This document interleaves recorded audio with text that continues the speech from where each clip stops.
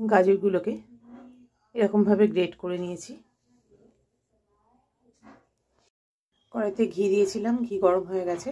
1 চামচ মতো দিয়েছি, বড় চামচের, কারণ অনেকটা যেহেতু গাজর তাই। এবার গাজরটাকে ভেজে নেব। গাজরগুলো সব দিয়ে দিলাম কড়াইতে।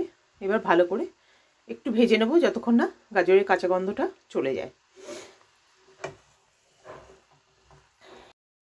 এবার আমি দুধটা দিয়ে দিচ্ছি। দুধটা আগেই জাল করে রাখা ছিল, ঠান্ডা দুধটাই দিচ্ছি।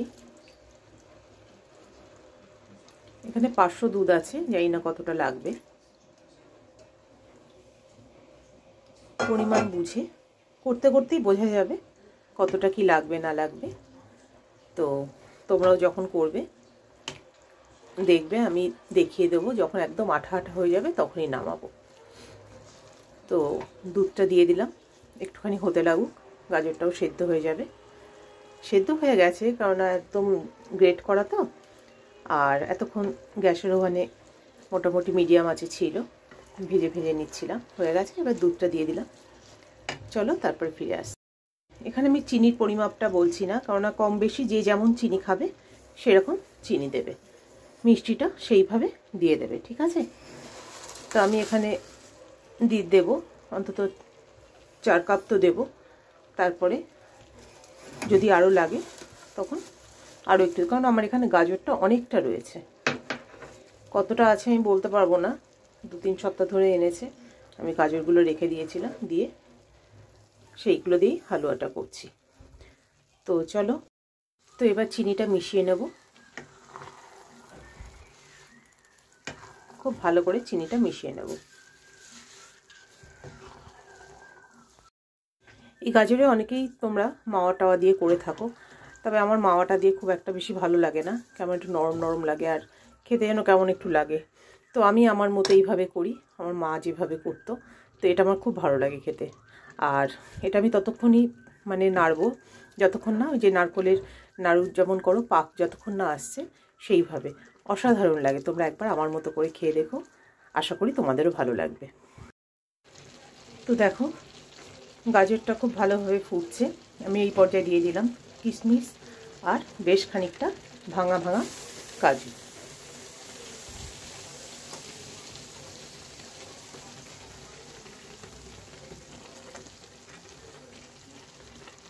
মিষ্টি জিনিসে একটু নুন দেবে, নুন দিলে টেস্টটা ভালো আসে। আমি এখনই দেবো না লবণটা, একটু পরে দেবো। আর একটু হয়ে যাক, তারপরে দেব।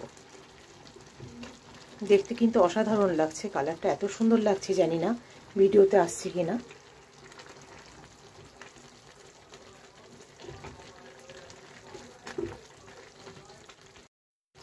আরও বেশ খানিকটা কাজু আমি দিয়ে দিলাম, কেননা অনেকটা গাজরের হালুয়া, তোমরা দেখেই বুঝতে পারছো কড়াইটা পুরো ভরে গেছে।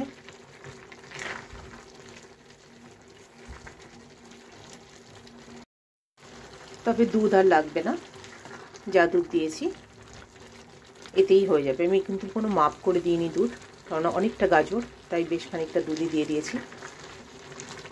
500 দুধ আমি জাল দিয়ে রেখেছিলাম, তো সবটা লাগেনি। এই যে এতটা মতো রয়ে গেছে। এই পর্যায়ে আমি গ্যাসটা কিন্তু বাড়িয়ে দিয়েছি, একদম ফুল ফ্লেমে আছে। তবে মাঝে মাঝে কিন্তু নাড়িয়ে দিতে হবে যেন নিচে না লেগে যায়। চাইলে তোমরা লিকুইড দুধের বদলে এখানে গুঁড়ো দুধটা ব্যবহার করতে পারো, সেটাতেও কিন্তু অসাধারণ টেস্ট হয়। তো আমি লিকুইড দুধটাই ইউজ করে থাকি সাধারণত। অসাধারণ কালার এসছে, কিন্তু বুঝতে পারছো কি না জানি না, তবে এইভাবে একবার অবশ্যই কিন্তু করে দেখো তোমরা। যে কোনো মিষ্টি জিনিসে লবণটা একটু ভালো লাগে, কারণ না তাহলে মিষ্টিটা পারফেক্ট হয়। তো আমি গাজরের হালুয়াতে এতটা লবণ দিয়ে দিচ্ছি, যেহেতু বললাম গাজরটা অনেকটা পরিমাণে আছে তাই। মাঝখানে একটু দেখিয়ে দিলাম তোমাদের, দুধটা চিনিটা গলে যে ইয়েটা রয়েছে লিকুইডটা, ওটা একদম শুকিয়ে যাবে। তারপর আমি এটাকে নামিয়ে নেব। অনেকটাই দুধ আর চিনির যে মিশ্রণটা লিকুইডটা, সেটা কিন্তু অনেকটাই শুকিয়ে এসছে। আরও এখনও আছে অল্প পরিমাণ, দেখতে পাচ্ছ, বুঝতে পারছো। তো এটা আরও একটু, দেখো সাইড থেকে দেখলে বুঝতে পারবে এই সাইডটা। তো যাই হোক, এটা আরও একটু হবে। দেখো এক কড়াই ছিল, কোথায় নেমে এসছে। তো যাই হোক, চলো শেষ পর্যন্ত তোমাদের সাথে শেয়ার করব। অনেকটাই কিন্তু আঠালো ভাব হয়ে এসছে। আরও বেশ কিছুক্ষণ আমি করব, আরও একটু। আমি যেই আঠালো ভাবটা চাইছি সেটা এখনও আসেনি। তবে অনেকটাই হয়ে এসছে, আরও একটু হবে। তো আমি যে স্টেপে নামাবো আমি দেখিয়ে দেব। দেখো কত কমে গেছে, দেখেছো? পুরো এক কড়াই হয়েছিল।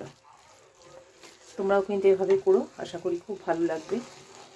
কেমন লাগলো আমার হালুয়া করাটা গাজরের, সেটাও একটু জানিও। আর লাইক শেয়ার অবশ্যই করো, অন্যদের দেখার সুযোগ করে দিও ভালো লাগলে। আর নিজেরা কিন্তু বাড়িতে অবশ্যই করবে, কেমন? দেখো গাজরের হালুয়া রেডি হয়ে গেছে। আমি একটা কন্টেনারে ঢেলে রেখেছি। কালারটা দেখতে পাচ্ছ? খুব সুন্দর কিন্তু কালারটা এসছে। আর এইভাবেই কিন্তু তোমরাও করবে। একবার অন্তত আমার কথা মতো করে দেখো, কেমন কেমন লাগে জানাবে অবশ্যই। আর এটাও কেমন লাগলো অবশ্যই কমেন্ট বক্সে জানিও।